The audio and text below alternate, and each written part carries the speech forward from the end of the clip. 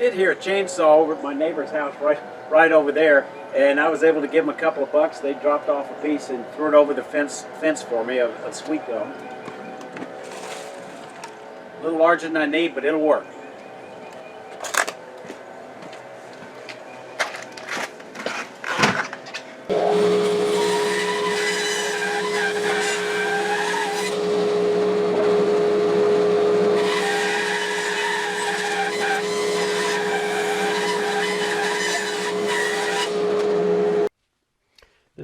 All right, we've cut it on the bandsaw. Now it's ready to mount it on the lathe. There's several ways I could mount it. I could use a spur drive and hammer it in. I could use a woodworm screw, but I've chosen to do a simple approach because I already had a 2 1/8 inch Forstner bit mounted on my drill press. So I just drilled a recess. Granted it's not a dovetail, but it'll do fine for what I'm gonna accomplish. So let's go ahead and mount this piece of sweet gum. Pressing it in the middle. It'll be equally distributed. All right, I'm going to start off with a 5/8 inch bowl gouge.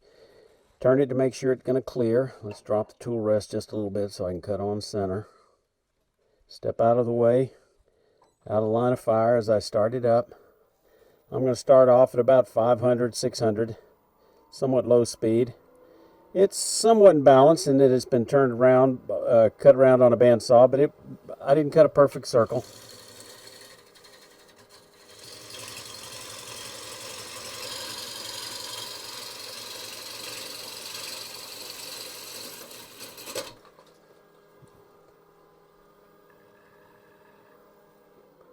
Wow.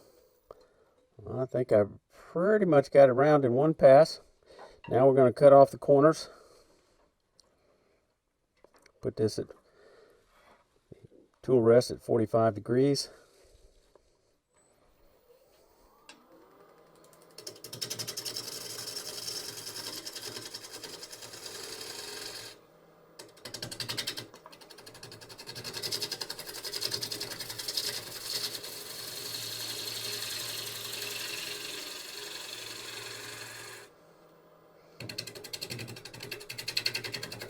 I probably should face this off, make it a little easier.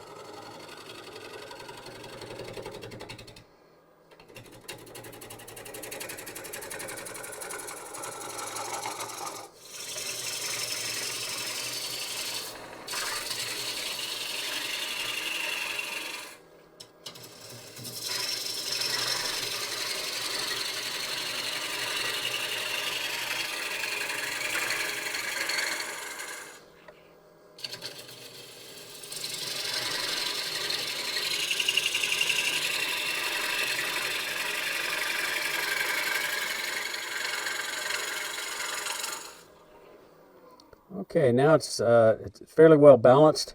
So I'm going to go ahead and turn a tenon on the bottom for my fit my bowl chuck jaws.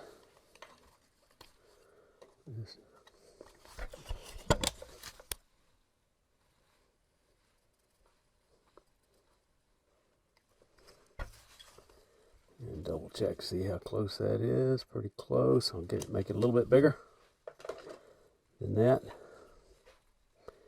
Let's get the tool rest in there a little bit closer.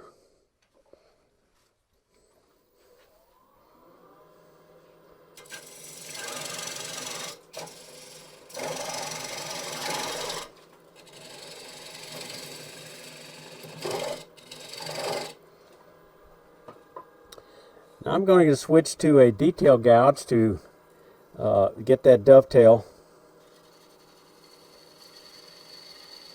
cut.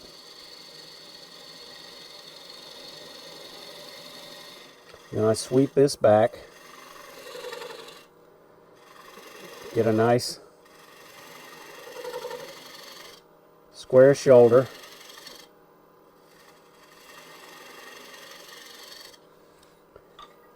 And make sure I got it flat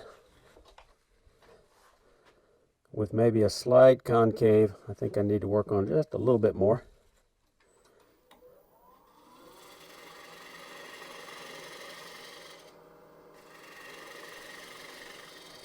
And then I'm going to Make it slightly concave.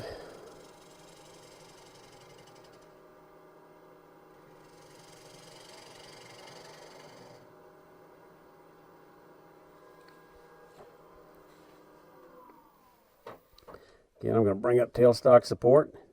May not need it, but I'd rather have it just in case. So now I'm going to go ahead and start making the shape.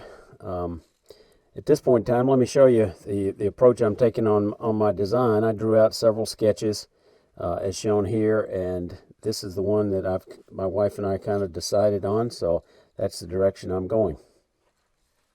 Four-way collaborator Richard Raffin is far too humble to mention his books in his video, but I'm here to tell you that if you want inspiration on bowl design, you can't do better than The Art of Turn Bowls by Richard Raffin. I've had this book more than 11 years because I can tell that because he autographed it at an all-day demonstration up in Chattanooga, Tennessee, about 2.5 hours north of where I live. And this was on the 22nd of October 2011. I'm going to come on back here.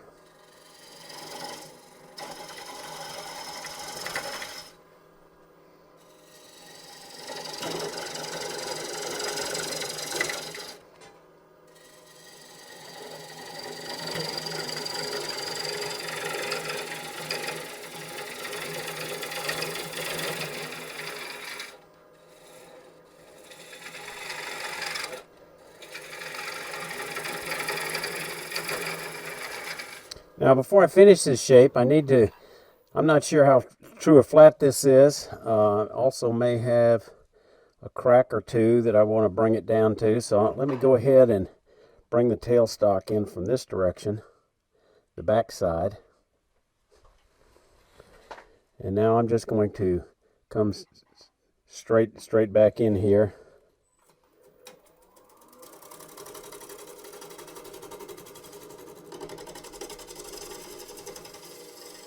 Okay, now I can examine it for cracks very carefully. Make sure I don't have any. The pith is at least an inch away, so I think that'll be fine. Okay, so now we can go back to shaping this outflowing shaped bowl. We can turn the speed up a little bit. It's at 600, I think. Now I can turn it up to maybe 700, a little bit more. Don't need to go too fast.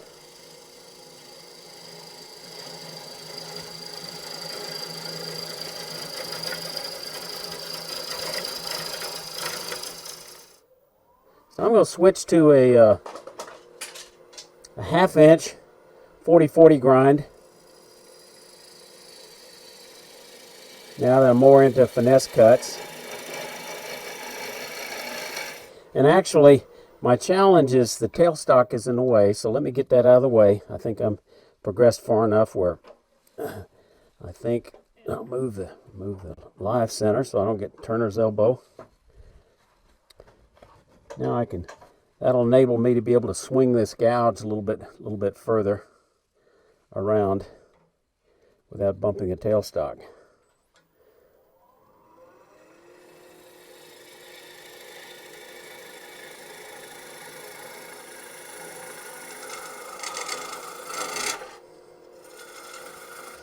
Now I'm going to come in from the back side, not necessarily the best cut, but this green wood is fairly forgiving, but I want to at least work on a couple of passes on the design shape.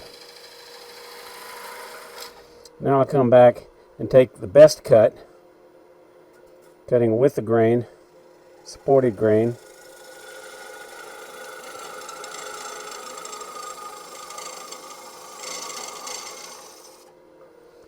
I'm going to switch to a detail bowl gouge. This is a 3/8 inch with a very traditional grind that, get this as close as I can. It's more of a finishing tool for me than anything else. This is nice cut through here, and here's where I need to pick it up.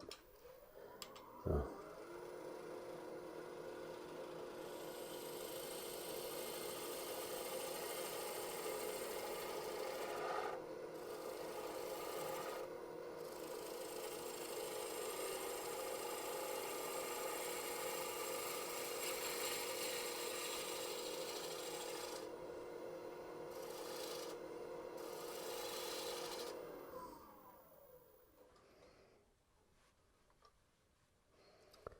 that looks good.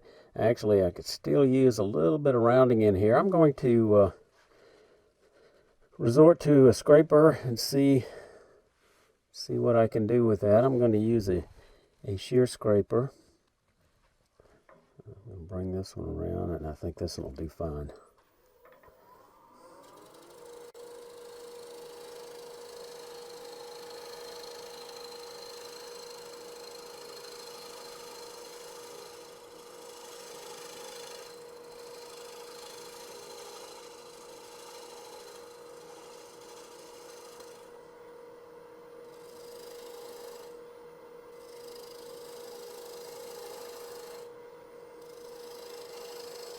This is all about the shape. The only reason I'm using that scraper to easier for me to get a shape, and I got a very nice surface there, no tear out or anything, and this wood. So this is I'm happy with that.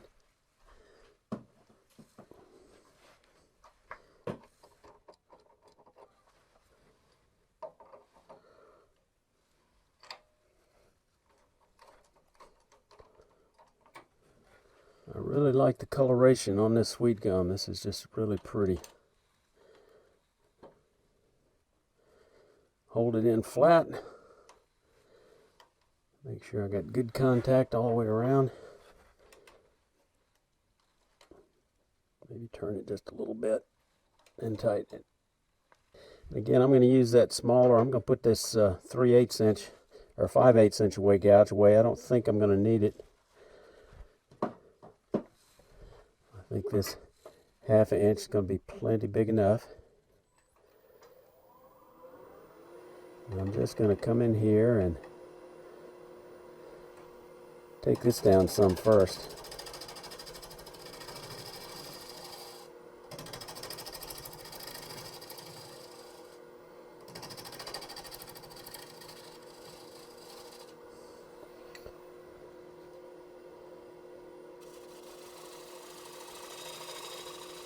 Okay, so I've got it rolled down just a little bit. Now I'm just going to shear scrape the edge here. Okay. And actually it needs to be a little bit thinner. So I'm going to take this down some.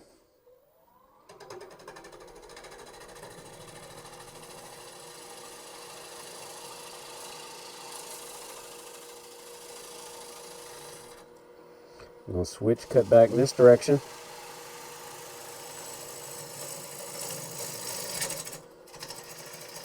Bowl a little bit, which reminds me, wood this green, you just got to periodically tighten it up, because as it compresses, the wood starts relaxing. Okay, that's close. All right, now I'm going to put a couple of beads based on my design.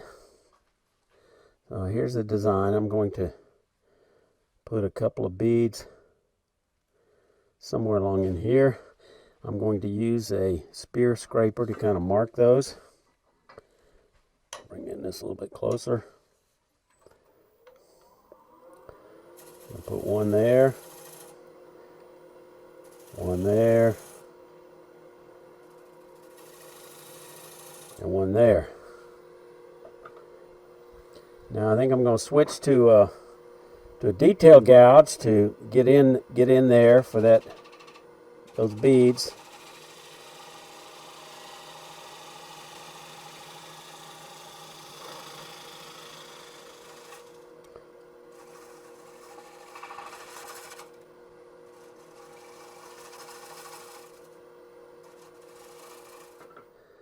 There, I'm liking that. Okay, now I can start hollowing it out. We'll worry about those beads later.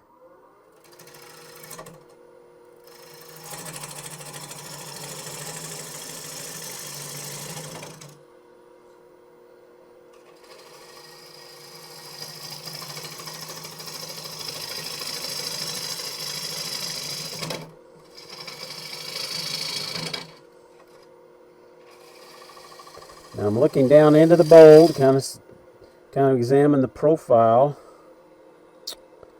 and it's not exactly what I wanted with the beads. So actually I'm going to take these beads off and do them again.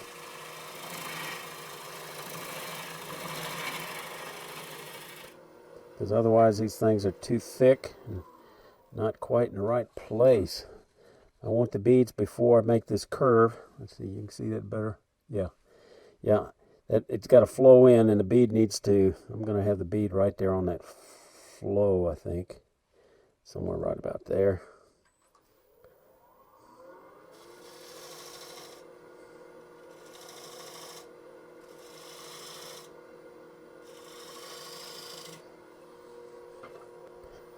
Okay. Again, I'm going to go back to that detail gouge to get undercut to the bead.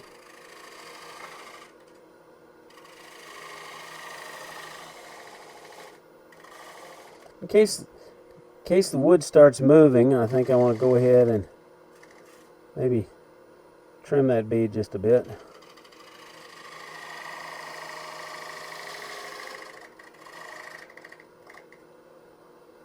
Just kind of nip that corner, come under here, nip that corner, and come down here, nip that round, and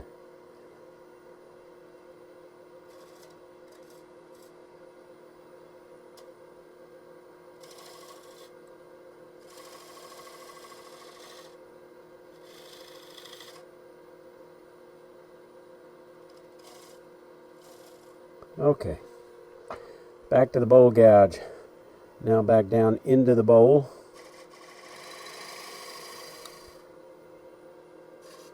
Come in, ride the bevel.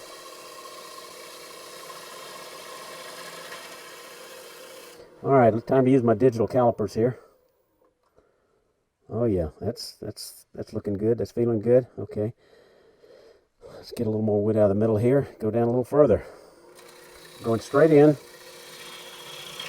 Cutting side grain this way instead of fighting in grain. Back coming straight in. Get rid of some of this wood in the middle.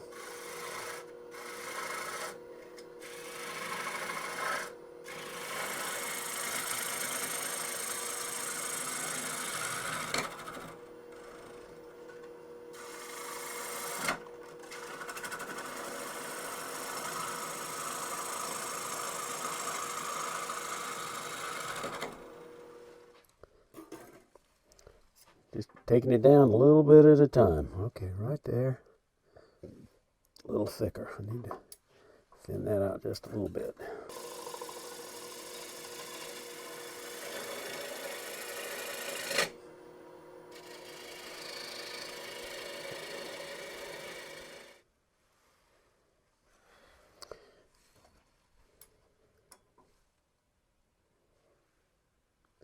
I need to mark so I can see this. I'm having a hard time. And you know what works, if I can find it. Actually, a crayon is a great idea for identifying where it's too thick. Okay, need to make that chalk go away.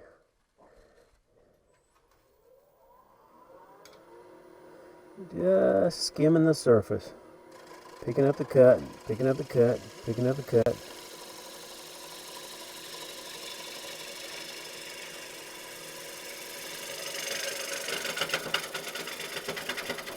Fighting in grain now, so it's chattering a little bit.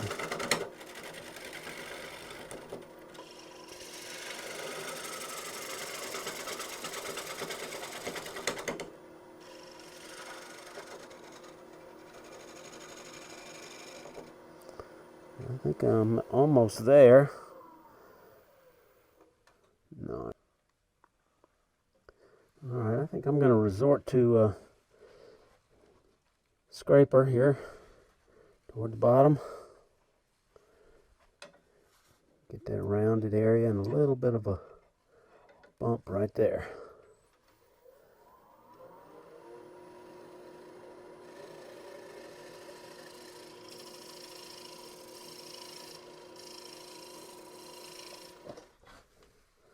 So now I'm going to use my bowl depth gauge. I can turn that on the rim and eye glance down it. I think that's about where I want to be. Maybe refine that bump a little bit. Got just a little bit of a bump down in the middle.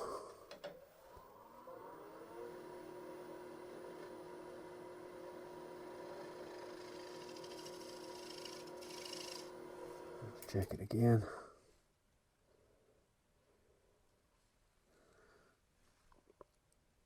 I think I can make it a little bit thinner.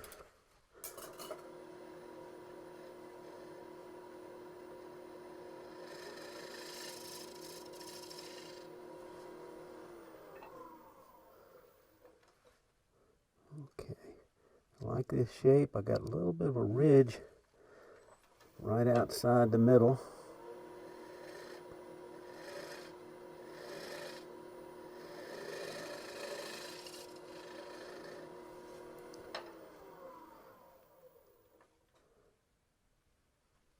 Very nice. Okay.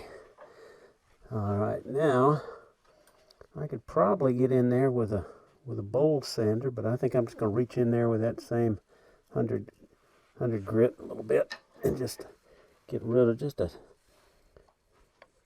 few tiny stringy fibers. I want to slow the speed down a little bit.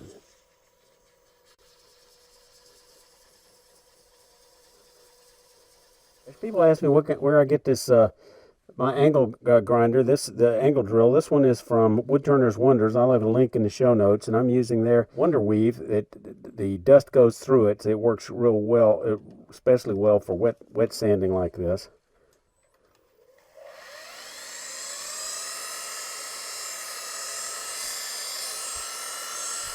All right, I've got the inside done. I'm ready to reverse it and finish off the bottom. Okay, I'm going to reverse this using my vacuum chuck. I've got this shop-made PVC chuck with a little bit of 1/16 inch foam to seal the edge. And I'll get a pretty good suction with this. It's going to come. The vacuum sucks it in, so I had to tighten up the tailstock again. Get the speed up a little bit. I don't like to go much more than 600-700 with that vacuum chuck. Just going to come straight in, waste away this wood.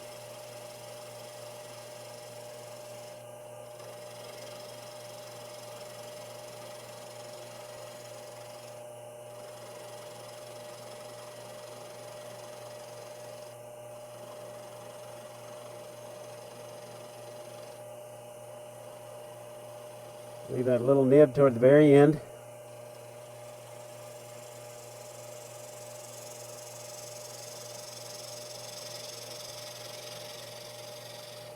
One thing we know about green wood is it's going to move, so I'm going to concave this just a little bit.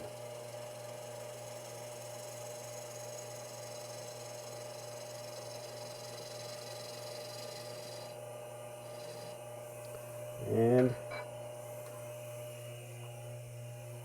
also double check this from this area. So I've got a little more room. That's the outside. Okay. I can concave it in just a little bit more. I'm going to put a little V groove, a little bead or something there at the bottom.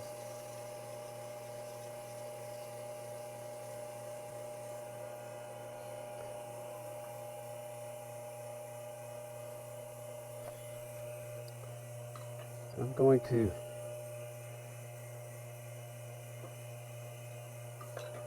decide what's easier to come in with this. This tool bumps on the tail stock. I think I might be able to do a little bit better. This tool's a little bit smaller handle. I think I can get it in there a little bit easier to make a tiny little bead. Move my tailstock back. I need to kind of clean up that bead just a little bit. I'm going to use my detail gouge just to kind of clean up that bead a little bit.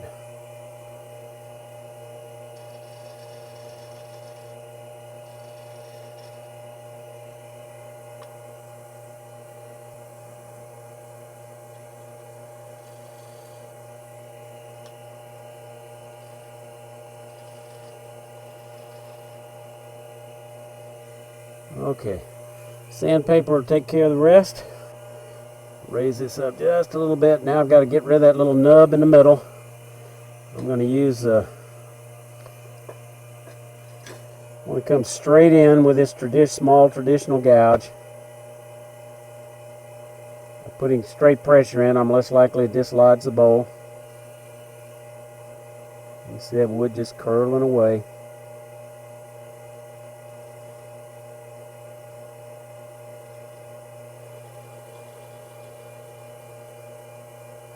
If the wood was drier, I'd probably put a little texture on it.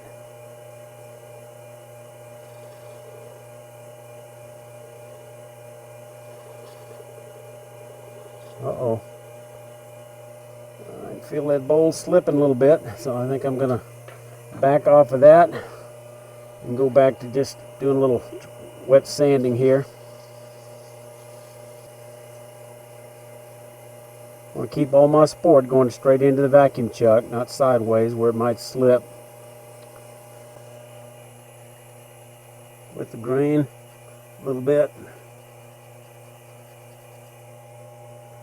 And we're just going to let that dry. Turn off the vacuum chuck. And there we go. And I can see the water that got sucked.